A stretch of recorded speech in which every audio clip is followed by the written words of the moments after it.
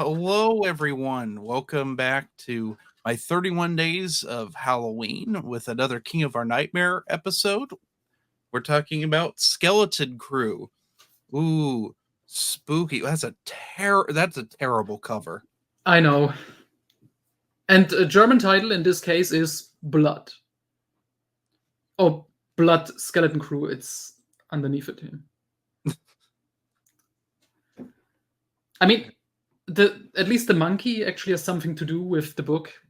Yes, that is true. And I also have the monkey on mine. So, But wait, before we get into it, I have to show this. This is the recent German release. And with recent, I mean like from 2011 or something. This is the first time they actually had the entire book as one book. Because what was practiced back in the day, if a book is this much of a brick, to keep printing costs down and make more money, you split it up into 3 separate volumes, which is and they also don't look great, and the translations are equally bad. But this one is I love this one because it looks like a kind of a Christopher Walken on there. yeah, I can see that. That's funny. That's bizarre. So, I've told Noah this before, but I'll tell the audience. This was the first King book I ever read. The Mist got announced. My mom's like, "Oh, I'm reading this." And I was like, "I want to read that."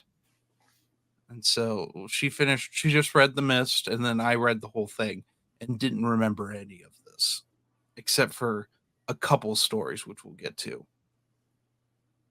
And oh boy, was this a disappointing time. I don't Noah can attest, but I had a wretched time going through this because this thing is all over the place. So a big thing with Skeleton Crew, Night Shift, there seemed for the most part to be a structure to it. They were put in with rhyme and reason. Not saying that every story in Night Shift was good. Definitely not. Lawnmower Man's in there, so I can't say that. But there was a structure. This has no structure. We start off with The Mist, which I'm going to pull up here what this was published in. This was published originally in an anthology book called Dark Forces in 1980. So The Mist is about a father who he's an artist that works and has Hollywood connections, that's living in Maine. His family, there's a storm coming in that knocks a bunch of trees down on their property. The father, he takes his son and the neighbor to the grocery store to get some supplies before the storm comes back in. And there's this mist that's just slowly creeping in from the direction of the military base that's been doing experiments that the town has been gossiping about for a while. Well, when they're at the grocery store, the mist rolls in and there are creatures in the mist killing people, and everyone's in the grocery store is trapped. That's pretty much it. It's the longest story in here, and it's probably the most thought out story of all of these. It's probably structured the best. It's the one I think is genuinely the best story in here, and I personally really loved The Mist. I wouldn't say I loved it, but it is the best story in here. It's very solid. I think I prefer the movie. Kind of a hot take, but I was about to get there because I also prefer the movie because what the movie changes makes it more interesting. Okay, but what I find interesting here, first off, he couldn't title it The Fog because the John Carpenter movie was a thing, which is funny. Especially because it doesn't matter in my language because there is only one word for fog. So. Oh. Yep. Huh. And the other interesting thing is, this is a novella. Yes. This is like solid 200 pages, even a little bit above it. It's broken into like 13 parts. Yeah, but it is a short novel that he could have easily published as, its own thing. And he Which has, it has happened since then. But that also is just part of like how there is no structure to this book. Yes, because it is the longest thing in here. And you throw it in at the beginning. Yeah, at the begin. Well, I kind of get why as we go through. You start out with your best stuff. I think he realized how bad a lot of this was. I wonder why he even bothered making this collection, other than he had a bunch of stuff that he wanted the general public to have access to. That would be my guess, because he still does this to this day. He writes short stories, they get published in like magazines or like online or whatever. And then after like 6-7 years, he decides, gonna put them all together in one book, like we had with You Like It Darker just recently. Mm-hmm. But that has an overarching theme too. Not every story, but most of them have an overarching theme, which, in my opinion, puts it above this. But we're going to get. This one tries to have an overarching theme. Does it? What's it in English? Do you love that thing? Only in 2 books. It's only 2 stories. Yes, but it is clearly supposed to be a thing. I think that's. We'll get to that. Mm-hmm. That's several stories away. So, I'd give the The Mist a good 4.5 out of 5. Okay. What would you give it? Just a 4 out of 5. It is solid, but like we said, the movie does some things better. Next, Here There Be Tigers, and Tigers is spelled with a Y. This came out spring of '68 in Hubris, which is a University of Maine journal. There's a few stories that were published in Hubris originally. This is a really old one. I would call it a story fragment more than actually a short story, because there's no point. Yeah. And if you were to tell me this was written for this book, I would believe it. It's about a kid who's trying to go to the bathroom, but there's a tiger in the bathroom. That's it. That's what. And the teacher comes in. The teacher's is mean. It's very short and it's very terrible. Yeah, it seems like almost like an absurdist tale. Like it's a joke, yeah. It is weird. I'm sure there was some point to it that King had in his head, like, oh, this is what this is about. Maybe I think he explains this in the afterword. The idea was like, I bet every kid at one point wanted his teacher to die or something. Gets eaten by a tiger in the bathroom.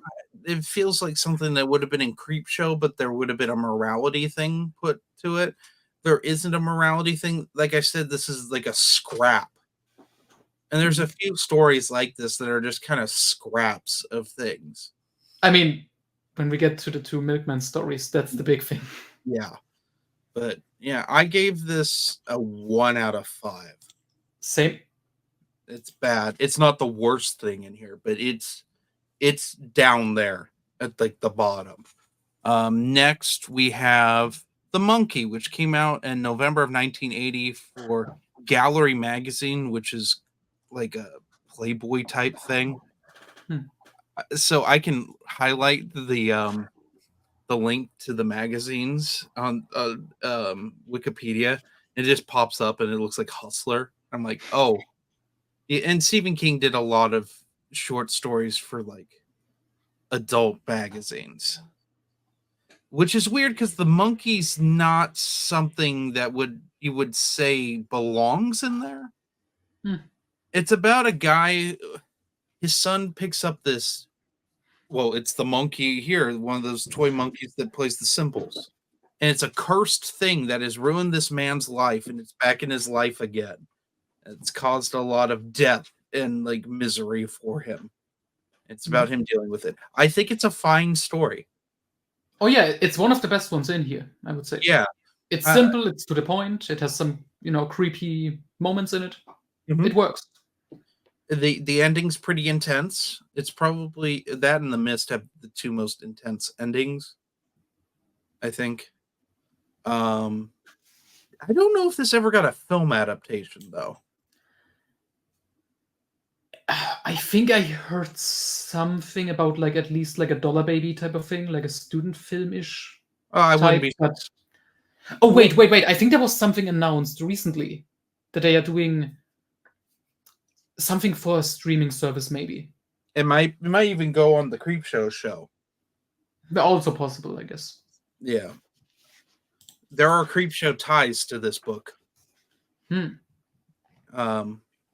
But yeah, I give it a 4 out of 5. Good characters. Yeah. It's probably some of the better character work in this. Next we have Cain Rose Up, which came out spring of 68, also in Hubris. Feels like a precursor to both Rage and the end of The Apt Pupil. Yeah. It's about a guy who fails his exams and he just starts killing people. Yeah, but we shouldn't say that like that's the reason. It's not like he doesn't really care. The story begins after he failed, but he doesn't really care. Like the character is already completely out of the real world at that point when he decides, to finally go through with his killing spree. I think as this little like snippet look into the world of, this school shooter, I think that works. I was pleasantly surprised by this story. I wish there was a little more to it. That's my big problem with it. It's just too little. This is one of those where it's clear there's an idea here that didn't follow up on. And there's several stories like that in here. Whether they're good ideas or not, this is a better idea than some. I give it a good 3 out of 5, I guess. Yeah, that's fair. It's better than a lot of things in here, but it's not that great. What would you give it? Yeah, also a 3 out of 5. 3.5 out of 5. I think it's a decent short read. All right. Next, we have Mrs. Todd's Shortcut, which came out May of 84 in Red Book, which looks like a lifestyle magazine. I think this is where our opinions are going to differ greatly. Well, here's the thing. The story itself, not good. The way it's told was interesting. It is someone telling a story of someone telling a story about a woman that he used to work for who was a rich woman who was obsessed with taking shortcuts. Here is the interesting thing that I want to talk about with it. So she takes these shortcuts and eventually she's interdimensionally traveling. Yep. Is she toe dashing? Definitely. She's definitely toe dashing. That wasn't. I'm sure that wasn't the concept yet. Like, no, but it is what this is. There's not a lot to it, but that in and of itself's interesting. It's, you know what it feels like? It feels like something that would have been put in You Like It Darker. It would thematically made more sense to be in that. Because it's kind of a little bit about getting old. Oh yeah, that's an element. And that would have worked better in there. In here, it's fine. It's a nice like break after Cain Rose Up. See, for me, the reason it didn't work for me, it was that idea is interesting, kind of. It's kind of stupid, also. Yes, I'm not going to argue with you there. Yeah, that she's taking shortcuts, goes interdimensional, and I guess the way it's told is interesting, but what is being told is just this character talking about shortcuts and like the streets that she's taking and the specific terminology there, and I just found that mostly boring. Oh yeah, especially you don't even live in this country. Even I don't. Even me, who drives the roads in America, does not find it that interesting. I was waiting for something spooky to happen, and nothing happened. Yeah. I give it a good 3 out of 5 just because of how it's told. Okay. It's one of 2 of these that the way it's told is more interesting than what actually happens. Mhm. So next we get The Jaunt, which came out June of 81 in Twilight Zone magazine, and you could tell it was written for Twilight Zone magazine. One of King's science fiction stories, and he is not a science fiction writer Yeah. in the slightest. This is boring until the end. It's basically about the history of interdimensional travel from one place to another. Instead of space travel, you travel through a portal to another planet. Um, and the end is what everyone remembers of this because the end is spooky and awesome, And a good payoff. and it's a great payoff. But the rest of this story sucks. Yeah, basically, yeah, we begin in like present day future where this technology, the jaunting, I think it's called, this Yes. teleportation is the thing. And then this father is just telling his child how it was invented by that scientist guy. And that is the main story with the scientist guy. And I like it, but yeah, it is kind of predictable. It's predictable. It's boring. Um, the ending though, Redeems it. And I would also give it points just for being science fiction, something different for King, and he does a good job. If the worst thing is that the middle part is kind of boring, that's still, because I think people consider this one of his best short stories. why? I can kind of see why. I, Again, I it's something different with a great payoff at the end, but see there are 2 science fiction stories in this collection. The other Mhm. one's more interesting. Oh, I'm going to just throw that out. The hot take. The other one's like a little more interesting because it plays to more King's strengths, but we'll get to that. This mhm. is boring except for the end, and I don't. The end should have just been put in something else. Hmm. It's just a throwaway story with a great ending. I can't give it more than a 2 out of 5. Okay. I can't. It's so boring. The father who's telling the story to the kids just seems like an a-hole and not an interesting one. Hmm. Um, it's like it's funny that King wrote science fiction because he kind of detest. It seems like he detests science fiction. I mean, Um, he has made it clear that he hates having to explain how stuff works in his books. I think yeah, specifically with Firestarter, when he had yeah, to give like explanations for like the drug and how it alters it, humans and stuff. yes. Or I think of how many times has he written Aliens? Twice. In big no, you like a dark in one of the short stories, but yeah, in big novels only Tommyknockers and Dreamcatcher, Yeah. Okay. Yeah. and yeah, that stuff isn't really focused on the science part And of it the never fiction. is because it's not his strong point. Yeah. And his strong point is not brought out in The Jaunt. Hmm. This is not a scary story. The ending's shocking, but I wouldn't call it a horror story or like a suspense story. Yeah, I can see your point there. I would still give it like at least a 3.5 out of 5, maybe even 4 out of 5, because again, I think it's a unique little thing, and I think it's definitely worth reading. Just At see least him one. try something different. Something different. Yeah. All right, let's move on to next, which is The Wedding Gig, which came out December of 1980 for Ellery Queen's Mystery Magazine. This is a prohibition story of the Roaring Twenties with a jazz band that's hired to play at a gangster's sister's wedding.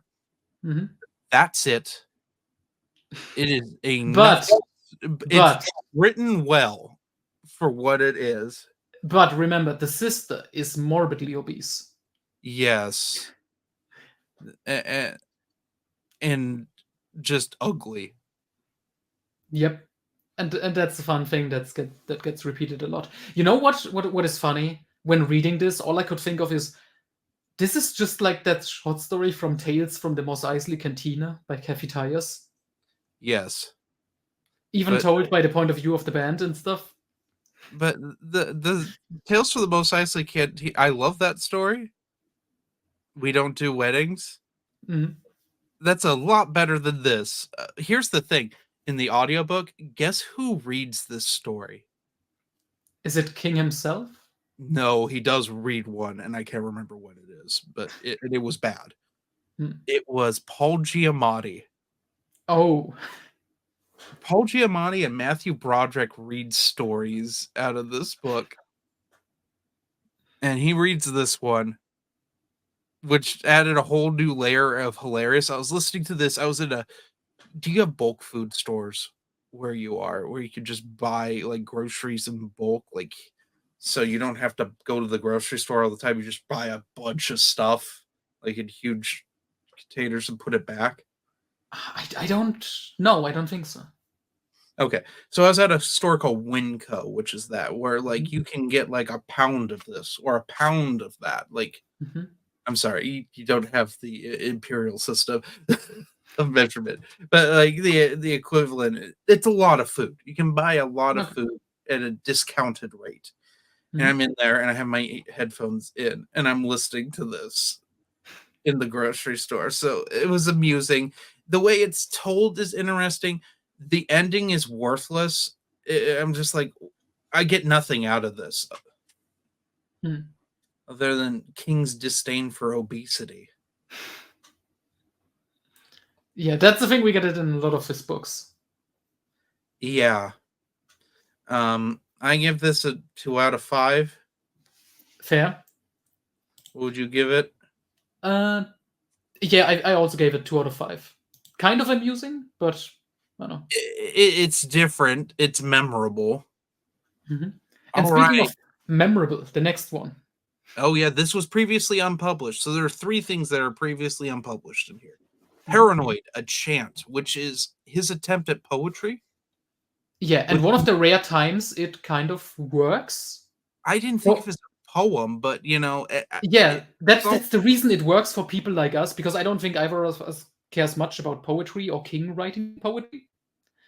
So stuff like Paranoid a Chant works because it's a story Mhm, kind of that you can follow, mhm. which just makes it more enjoyable to read compared to the other poem in here, which we're gonna get to. Yeah, and I like it. It's just a guy going more and more insane. Mhm. And You it's, written like a diary, and he thinks he sees people outside, yeah, watching him and stuff. I give this a good 3.5 out of 5. Same. The less said about it, the better, because it's really short. Mhm. So next we have The Raft, which is the other thing I really remember from this book. From my original read. This came out in November of 82 for Gallery and another. This one makes sense being put in Gallery because it's a little sexually charged. Mhm. Some college kids go out. Well, everyone people remember this if you've seen Creepshow 2, because this is the highlight of Creepshow 2. Like, it's one of 2 stories in that's actually worth watching. But it's two guys and 2 girls that they go to college together. They go out to this lake in October, so it's a little cold, and Mhm. people aren't there. And they swim out to this raft, and there's like an oil slick, like a sentient oil slick that begins to attack them. And that's it's one of those things I love, which is people stuck in a small space. Mhm. Um, the characters aren't very likable, but it's fine. Yeah. It you know what? It's a spooky story.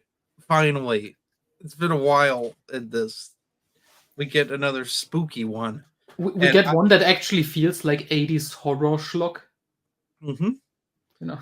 it's good. It's not great. It's good. It's probably my second favorite story in this. I really like The Raft, Mm-hmm. and it feels like a morality tale to a certain extent, which is why it fits in the Creep Show series in the second film. I give it a good 4 out of 5. Yeah. Next we got Word Processor of the Gods. This came out in Playboy January of 83. Interesting premise. Guy hates his wife and son. He really liked his nephew and like his brother's family, even though he hated his brother. His brother was awful to him. His nephew, his brother and his brother's family died in a car crash. His nephew built him a word processor, and the word processor is basically you can type in, and what you type will become actuality. And that's pretty much, he just kind of starts putting his wishes in what he actually wants. It's fine. Yeah, it was a fun story. It is, yeah. What a concept. I liked it. You know, I wouldn't say, I think it's a good 4 out of 5. Same. I just like that premise where his wife and child are genuinely awful, and he just does what he does at the end. Yes, it's satisfying. It's one of the few satisfying stories in this. Next, The Man Who Would Not Shake Hands. This is from Shadow 4, which I think is another anthology book. Shadows 4. It came out in 81. It's a sequel, in a way, to The Breathing Method. I really, really like the story, Noah. Okay. I really like it. Not necessarily for the story itself, but I love that setting. Yeah, because this is the return of the club. It's the club. Reminds me a lot of Peter Straub's Ghost Story. Gentleman's club that's like, they tell spooky stories. In it, one of the members is talking about a long time ago, this guy showed up at the club and they were playing cards. Guy will not shake hands. He won't touch anyone. We come to find out that he's cursed due to something that I don't think he could have really controlled. He gets a curse, and anything he touches dies. And it's interesting. Yeah, and what I like most about this story, I like the little nods to like the club being weird, like the Butler Stevens. Yes, it was Stevens' grandfather, allegedly. But this is like one of, there are only 2 stories in this setting, right? There aren't any more. Yeah, which is kind of a waste, because on the one hand, it's good that we don't have too much, because King could maybe, if he would explain too much or stuff, it would suck, but every now and then would be fun. I have to backpedal to Mrs. Todd's shortcut. It's a Castle Rock story, and we're about to get into a whole pile of Castle Rock stories. So I love this because it's world building something else that isn't Castle Rock. Makes sense. And I because I hate Castle Rock. We'll get to it in a minute. I've never hated a fictional town quite like I hate Castle Rock. Maybe you will hate Derry once you get through it. Well, they're referencing Derry, but things aren't. They aren't writing short stories that take place in Derry. Not yet. Oh God. Don't worry. It's like 1 or 2. It's a freaking Castle Rock. But I gave this story a 4.5 out of 5. I have to check. I think I gave it like 3 or 4 out of 5, because the one thing, I like the setting. I like that world building element and the story being told. But the one thing that ruined it for me was a very simple logic thing that King didn't mention whatsoever. So everything he touches dies, and the reason he still goes out is because he was missing, human connection. That's why he risked it. Why doesn't he just wear gloves? Yeah, that is the one. That is the very easily explainable thing that he didn't touch on. So that's gotta take away 1 point for that. But yeah, fun overall. Yeah. Highly recommend it. Next we got Beach World. This is from Weird Tales, fall of '84. And it's very much a Weird Tales story. Mm-hmm. A couple guys, they crashed their ship on a sandy planet, and the sand's eating them. And driving one of them crazy. Yes. And I can definitely see where you're coming from comparing this to The Jaunt, because The Jaunt was mostly trying to be science fiction with a little horror at the end. And this is just trying to be a Stephen King suspense horror story with a sci-fi dressing over it. Yes, and I think that plays more to his strengths, and it's more interesting. I thought it was fun. It's not the greatest thing in the world. Yeah, I mean, it's fun. It's fun when he writes about like that other ship coming to the planet, rescuing the main character. And one of like the captain is a cyborg, and he starts talking in like this made up language. Yes, it's Lizzie's story. Oh. This was easier to read than Lizzie's story. Yeah, that's weird, but I'll take it. It's science fiction, whatever. I give it a 3 out of 5. Yeah, it's kind of adorable. It was adorable seeing King try to do that. Yeah. Next, The Reaper's Image. This came out spring of '69 for Startling Mystery Stories. It's a nothing story. I was gonna say it's a perfectly fine nothing story for like a magazine. Yes. Because it's just like the classic tale. There's this object, people who look at this object see something, and then they die. Usually King puts a little twist on it by just having, if a person looks at this mirror and he sees a reflection on it, that's the Reaper. Mm-hmm. And if they see that, they have the sudden urge to just go away, and then they just vanish. They don't even die, they just disappear completely. Mm-hmm. And that's the little twist in it. Yeah, bland. Yeah. Like I said, if this is just in like a horror magazine or something, you read that as a teenager, and it's perfectly fine filler. Yeah, it's 2.5 out of 5. Mm-hmm. Next, we got Nona from Shadows '78, which I think is another anthology book. Nona has the potential to be good.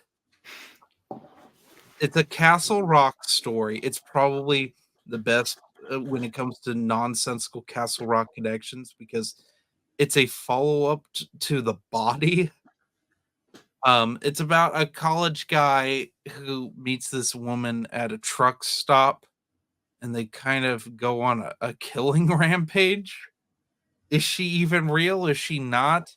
I don't know. But does he love? Does he love? That's where this comes from, and I hated that. It's annoying. You know what it reminded me of? Aaron Miller's Wild Space with the Die Jedi, Die Jedi. Oh god. It reminded me of that, and I became instantly irritated because both Vern and Ace show up in this book in the what is it called? Flashbacks. And the flashbacks are fine. It's the better part of the book. Mm-hmm. But it's another Castle Rock story of rampaging. And you'd think it would have been brought up before this. Unless this Mm. happens after Cujo, which it doesn't seem like it does. That doesn't make any sense. It would have happened in the 60s, right? Mm. If you're thinking like this would have been brought up in Dead Zone and Cujo as like a this is a big deal. Someone running around killing people, including a police officer. Yeah. Huh. Yeah, it doesn't make any sense. The ending's nonsensical. It's worthless. It's a worthless story, and it's just frustrating on top of it because it at least has some good bones. Mm. But this came out in what, 85? I think? No, 78. So the drinking's clearly involved in this. Mm. Clearly. Um, don't like it. 1.5 out of 5 for me. Same. And then the next one, classic. Oh, for Owen, another unpublished one, his other poetry. It must mean it's for his youngest. I think Owen's his youngest, or is it Joe? I can't remember. It's Mm. for Owen King, famous writer of Sleeping Beauties. It probably means something to the two of them, but why did this have to be published in here? Keep this question in mind. Just in general for short story collections, It especially nightmares and dreamscapes. yeah, But yeah, I don't get it. It's not for us to get, so why put it in a book?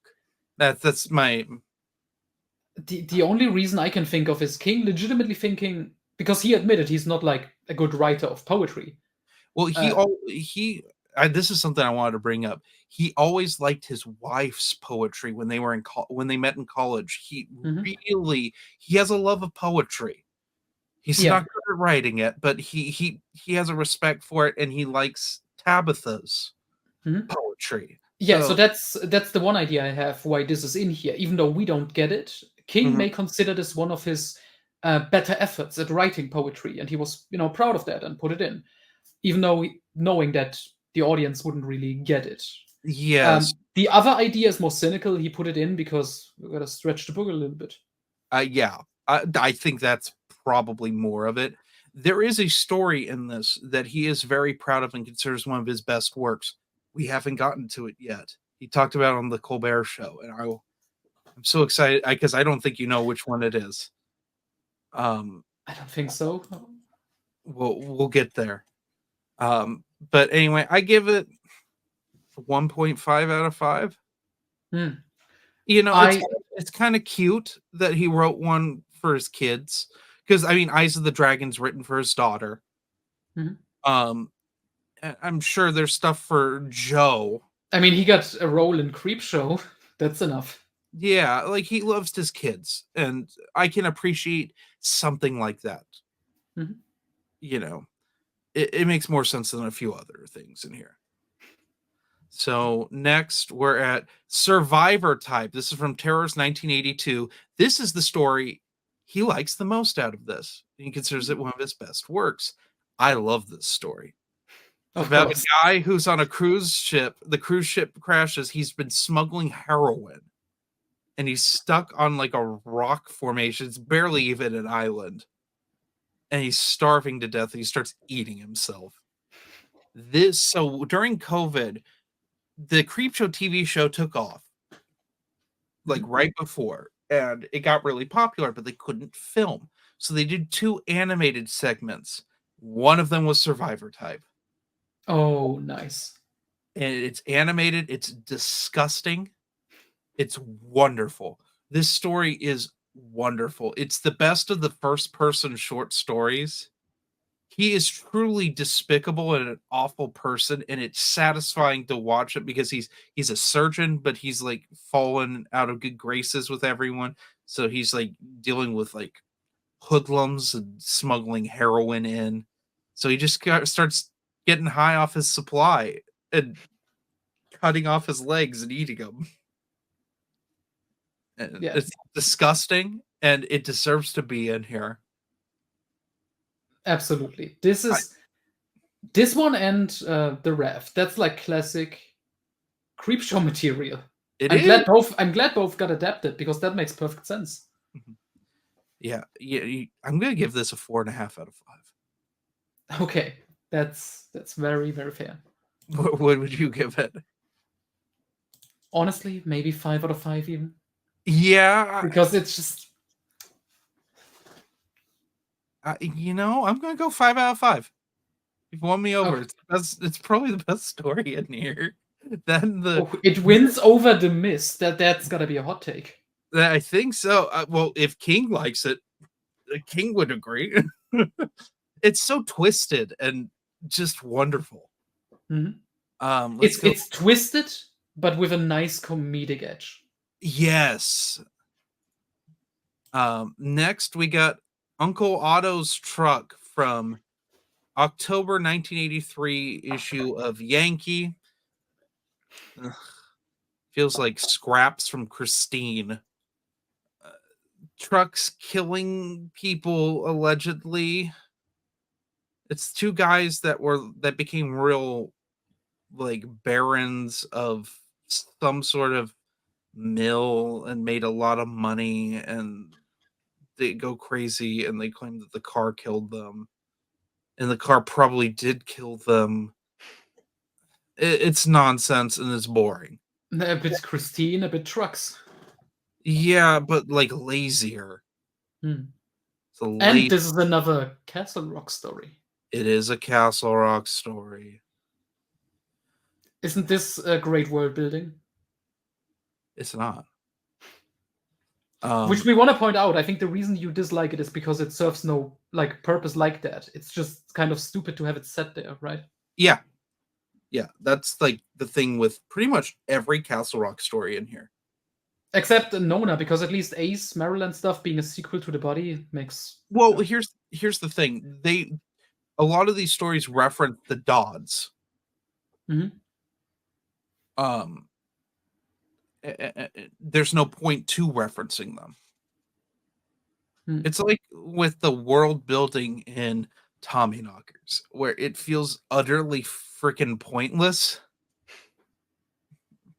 just nonsensical. But anyway, I give this a 1.8 out of 5.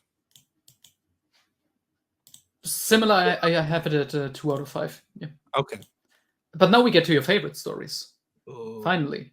So, the last of the unpublished stuff, Morning Deliveries, parentheses, Milkman #1. I like that he added that. Yeah. So can you explain what the Milkman is? Okay.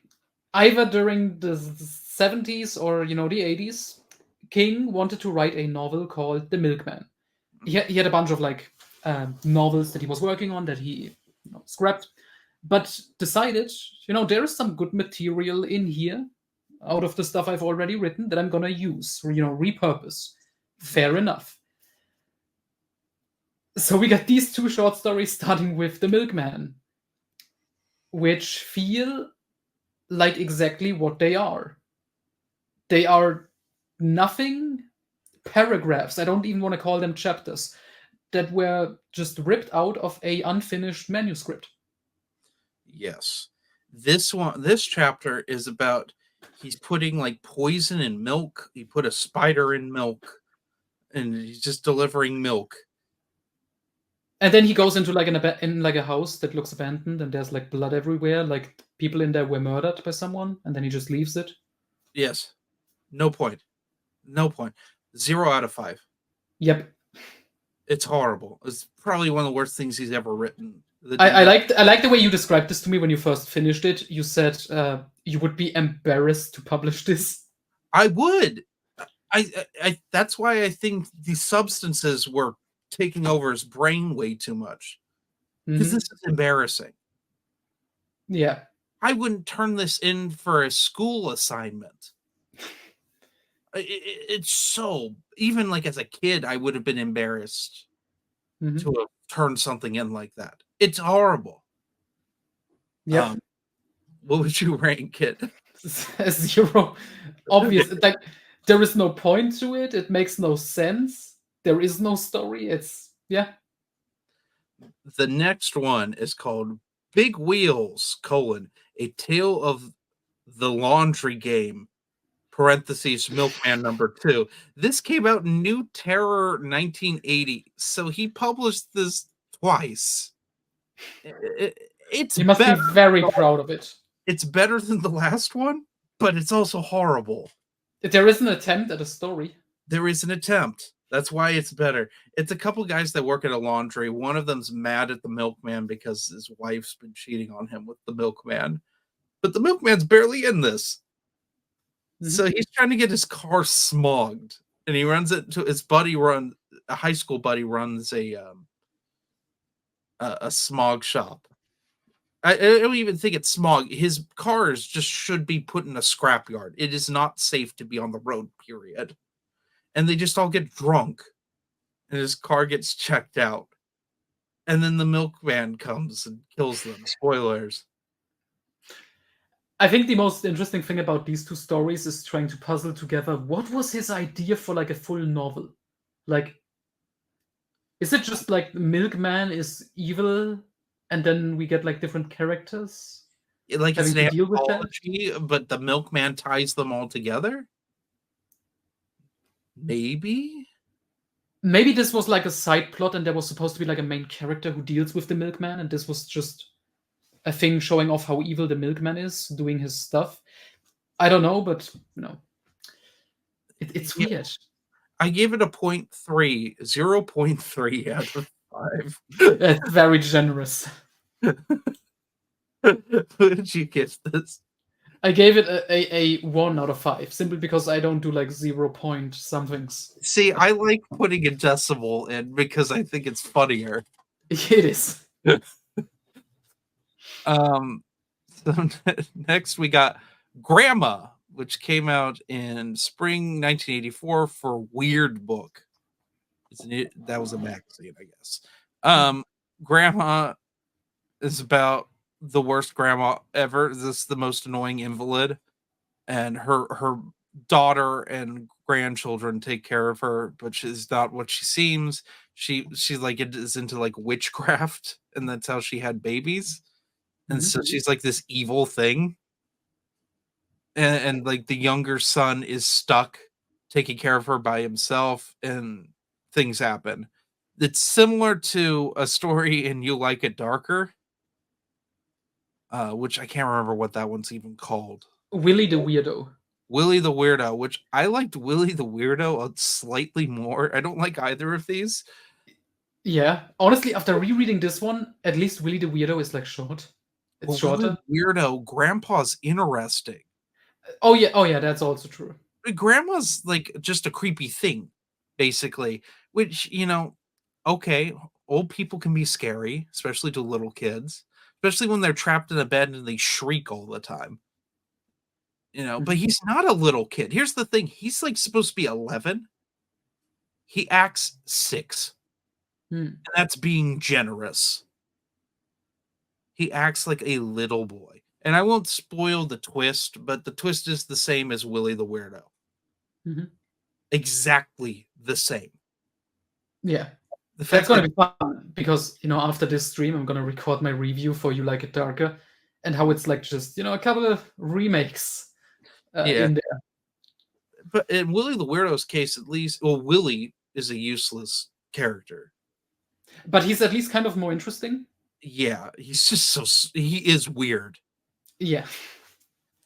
And then, like you said, the grandpa is also interesting in that story.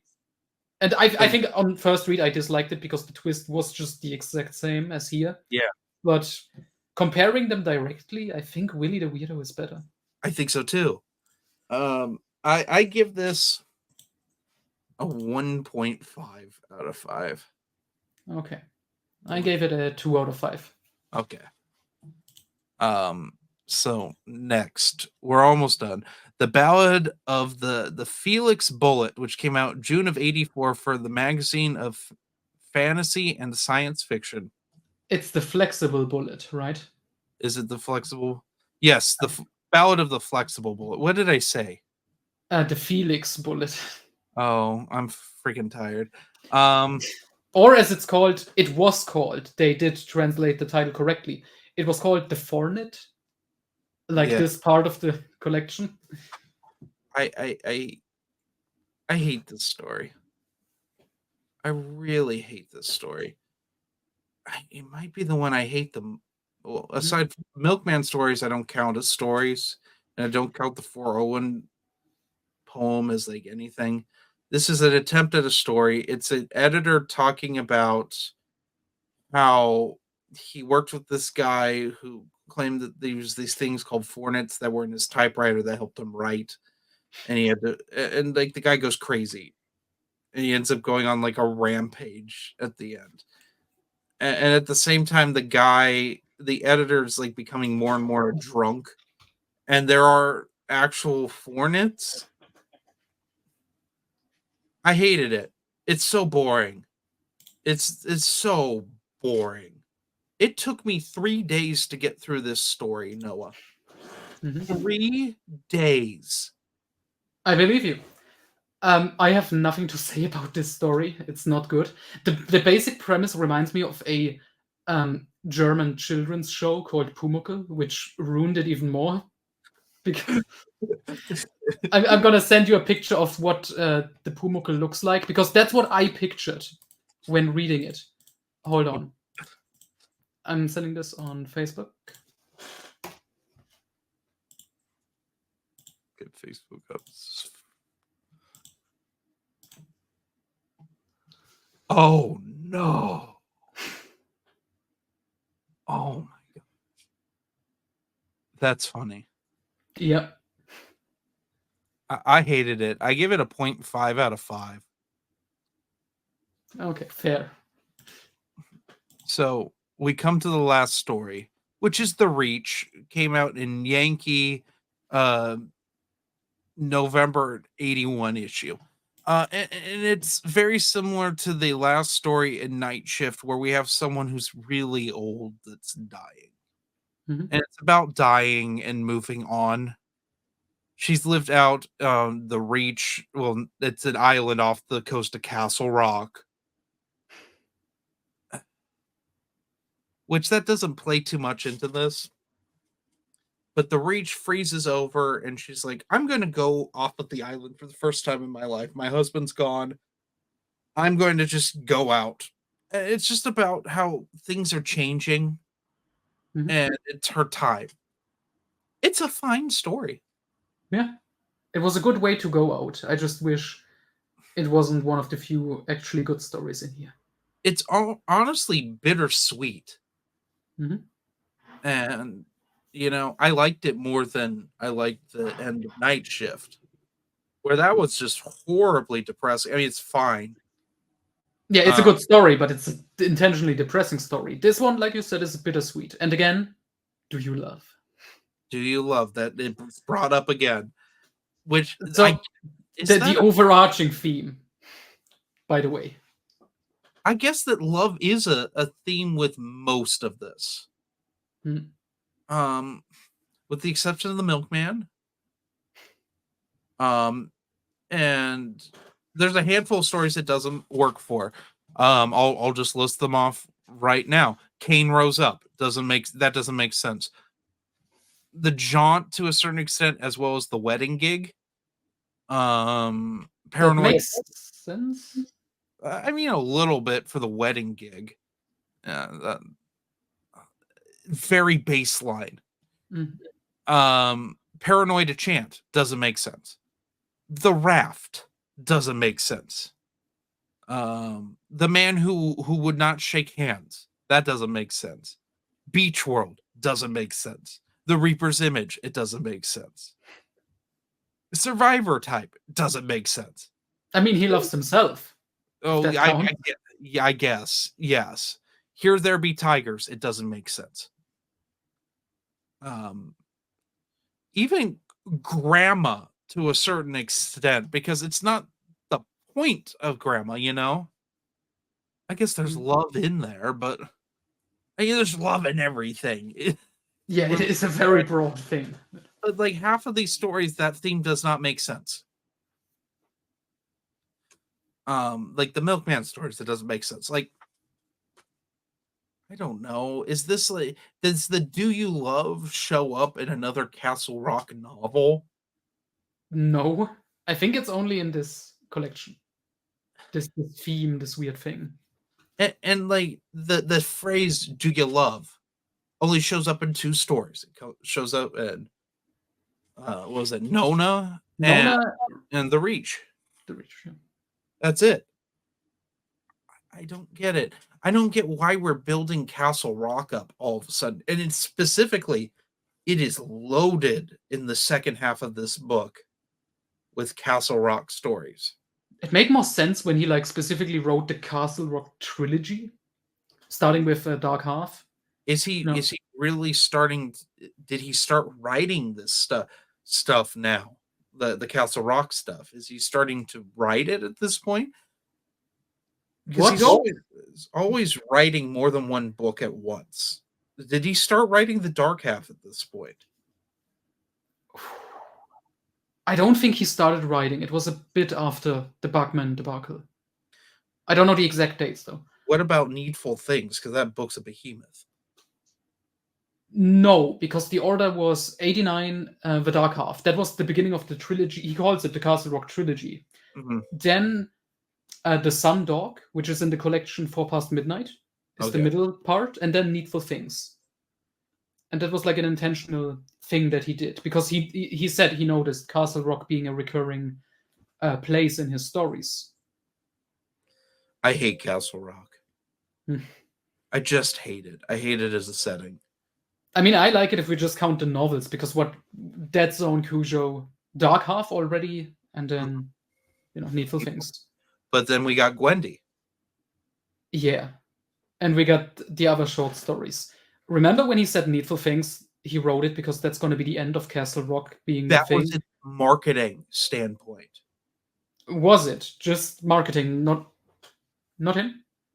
Well, no, like I think that my hardcover says the destruction of Castle Rock or the end of Castle Rock on the cover. Okay, I swear I remember an interview where he said he because he noticed that he kept bringing the city back, he was going to write a big final for it. But then he did like short stories after that take place there, and the Gwendy trilogy famously. Yeah, it's so frustrating. Mm-hmm. It's frustrating. He can't not write about Castle Rock and Derry. Because Derry's referenced, I think, twice in this. There aren't any stories that take place in Derry. But I'm pretty sure Nona has a reference to Derry. Mm-hmm. As well as Mrs. Todd's Shortcut. Definitely that one. I don't know. Like someone says, "Oh, I had a bad experience in Derry," and it's just not talked about again. Mm-hmm. What would you give The Reach? 4 out of 5. So it's a solid story. So top 5 stories in Skeleton Crew. Oh boy, this is way harder than Night Shift, because when I went into this, I wanted to reread all of King's short story collections, and determine what is actually the best and what is the weakest. And I always was of the opinion Night Shift is kind of overrated. But then I reread it, and like the middle has kind of weak stuff in it, definitely, but it has some of the absolute highlights. Yes. And then Skeleton Crew, it's just flop after flop, where the best is mediocre, and then you get Survivor's Type. Yes. Yeah. My top 5 would be number 5, The Man Who Would Not Shake Hands. Mm-hmm. Actually, it might be number 4, because I do think Word Processor of the Gods is number 5. Okay. No. I'll put The Reach as number 5. The Man Who Would Not Shake Hands is number 4. Mm-hmm. The Raft as number 3. The Mist is number 2, and Survivor Type is number 1. And with an honorable mention to the monkey. Yeah. I'm not sure about the exact order, but that's pretty much what I put in there too. Yeah. Because the rest, we talked about it. Yeah, it's not a lot of this. So my review of Skeleton Crew, read those 5 stories and read The Monkey and Word Processor of the Gods. Yeah. You can throw in The Jaunt and Beach World. Yeah, if you want to check those out. And Mrs. Todd's Shortcut, although it's boring, if you're a Dark Tower fan, I think you'll get something out of it. Mm-hmm.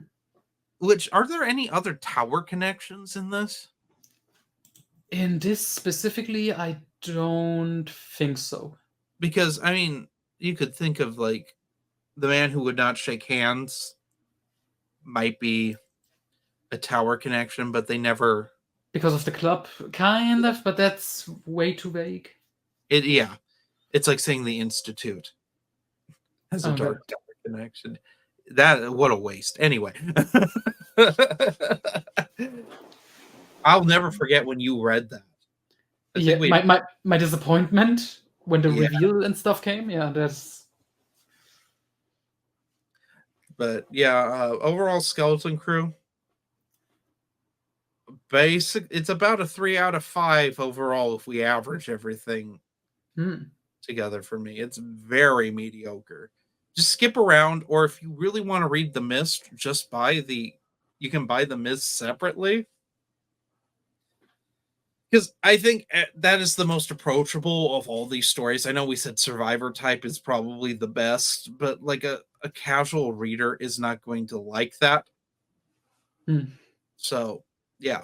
Anyway, that's about all I have for this. Same. This was surprisingly disappointing. And now I'm hoping, because for some reason, in my mind, Skeleton Crew was better than Nightmares and Dreamscapes. I think I mixed that up.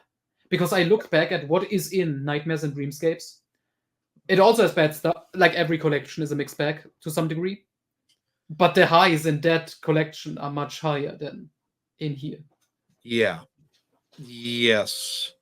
I hope to never read another King collection that it has this many duds in it. And not even You Like It Darker has this many duds. Yeah, which is shocking, kind of. Well, the thing with You Like It Darker, like I said in the beginning of this, it has a theme for most of it. A theme that's kind of consistent, whereas this, there is an attempt at a theme in 2 stories, and if you really squint at it, you can put most of them in there. But like a third of them don't fit at all. Anyway, that's about all I have for this one. So anyway, join us next time as we tackle it. Oh, well, why don't we talk about real quick The Girl Who Loved Tom Gordon? I read that. Sure, go ahead. I read it. I meant to talk about this in the Thinner episode, but I forgot. Because I read it because there's a lot of fans that think the Wendigo shows up in it from Pet Sematary. And I am not of that opinion. Okay. It doesn't look like the Wendigo. It's just another evil thing that lives in like that part of America. It's just another evil spirit that just torments her throughout. It's a great story, great about baseball. Even if you're not a baseball fan, it's very approachable. There was a Tom Gordon who did play for the Red Sox. I love how the family, they kind of reunite to try to find the girl. And like the parents are divorced, but then they sleep together, which I thought was pretty funny and kind of realistic. It's magical realism. He really puts the detail into what happens when a child is lost in the woods. And you can tell he was trying to write a YA book, but he likes swearing way too much. That is one of the weirdest things. Why didn't he just go through with it? Like this book still really has that YA feeling if we discount all the swearing. And the sex. Yeah. We can Which- tame that down a bit. Well, we're not talking. There's no like essay of the kid. I want to put that out there. Yeah. Just in general, we can tone those other elements a bit down. But there's a lot of swearing, especially in like the first half of it.